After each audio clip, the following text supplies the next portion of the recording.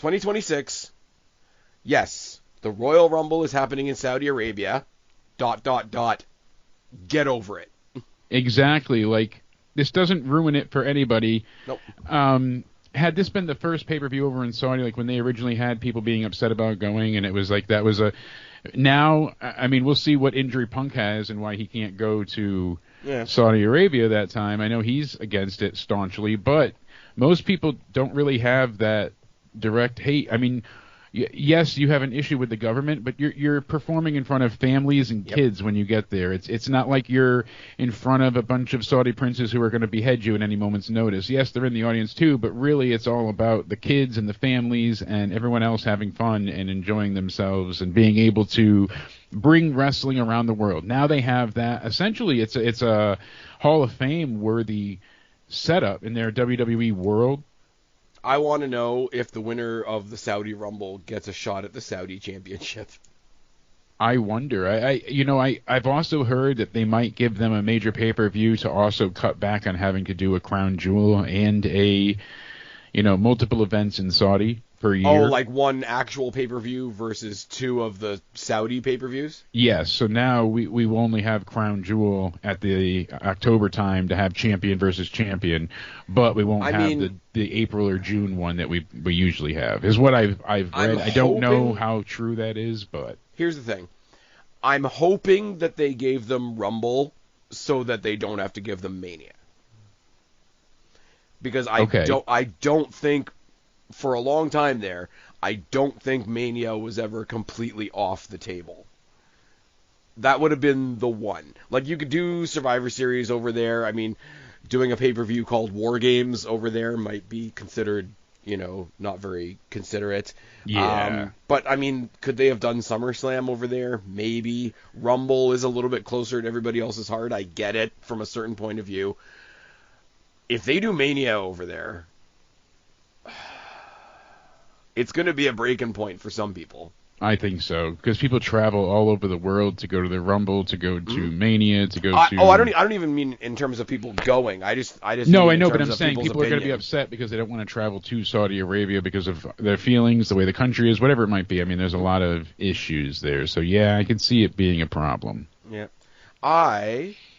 Here's the thing that I have to get off my bucket list, because I've done a Mania. Yes, you have. I've done a SummerSlam. I've done a Survivor Series. I've now done a Money in the Bank. I'm going to need Triple H to give me a Rumble at some point. And I don't care if that makes me sound to go to the Rumble. And I don't care if that makes me sound like an entitled cunt. I really don't. I need a Rumble. I'm going to SmackDown and I'm going to the Chamber.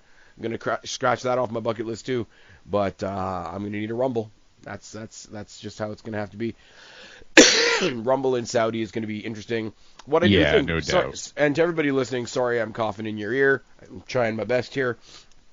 But the one thing I will say, and it's why we got Evolution. Don't kid yourself, because there was no female involvement in the Saudi shows. And now I don't say this to be an asshole. I just say it because it's true.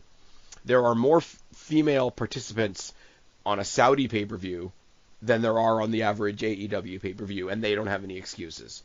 Yeah. So now you flip it to this. There's going to be at least 30.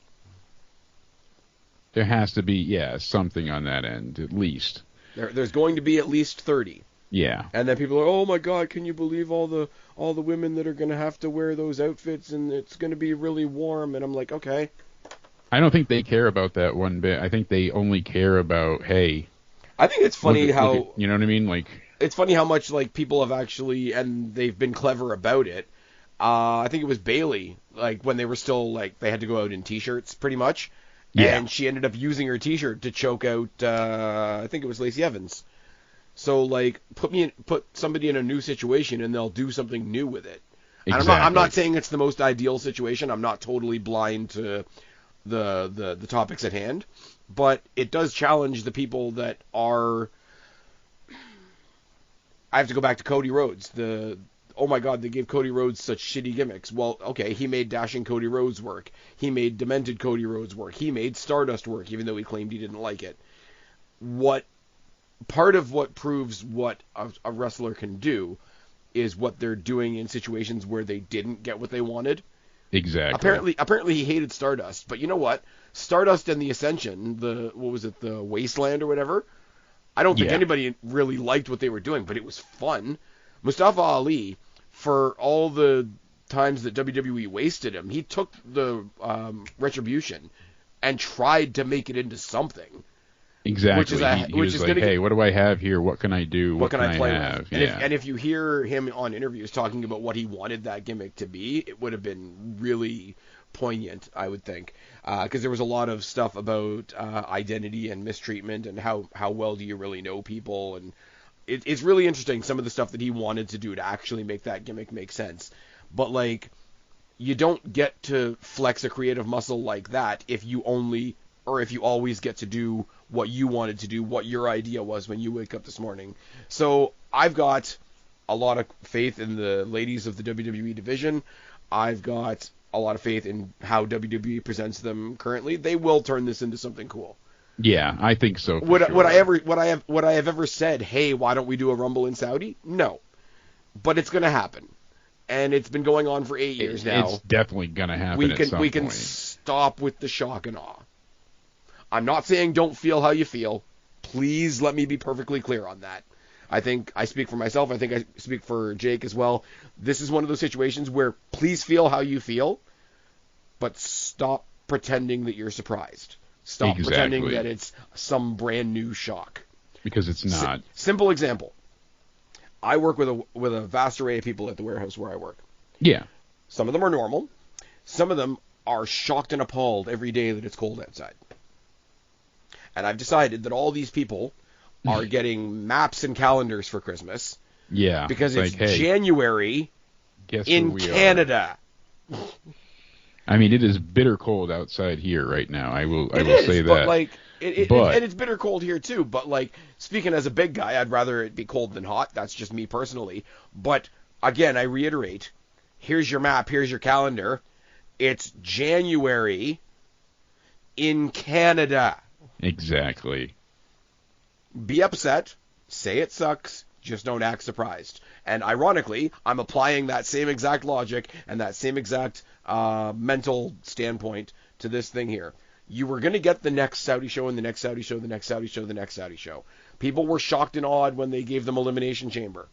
You know what? For all the pissing and moaning that people did, people still watched the show. Exactly. You know how people I know? Tuned in. Do you know how I know? Because I tuned into their podcasts, and I tuned into their YouTube streams, and I tuned into their YouTube React videos and responses and reviews and all that.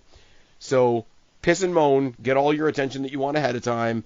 Piss and moan afterwards, get all the attention that you want afterwards. But you're going to do what you do. Oh, I'm going to boycott the show. No, you're not. Exactly. Not no, at you're this not. Point. And you know what? I don't make any money on the content that we do, but other people out there do. If you decide you're going to boycott it, all you're doing is throwing away the revenue that you would have made from that show. Do your content. I mean, what culture used to do it?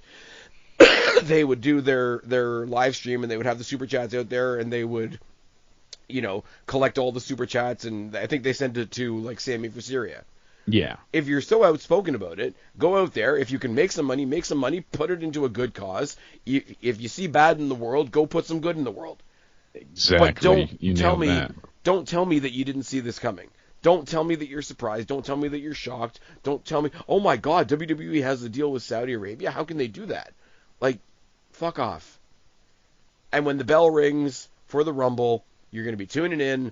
Maybe the surprises will be a little bit less because people will be more careful about who wants to be involved. It'll be different. But it's the Rumble. You're going to watch it. Fuck off. Exactly. That's all I got. But you're not wrong. You're going to watch it. You know you're going to watch it. And I think also it's about the presentation and the spectacle behind what we're getting.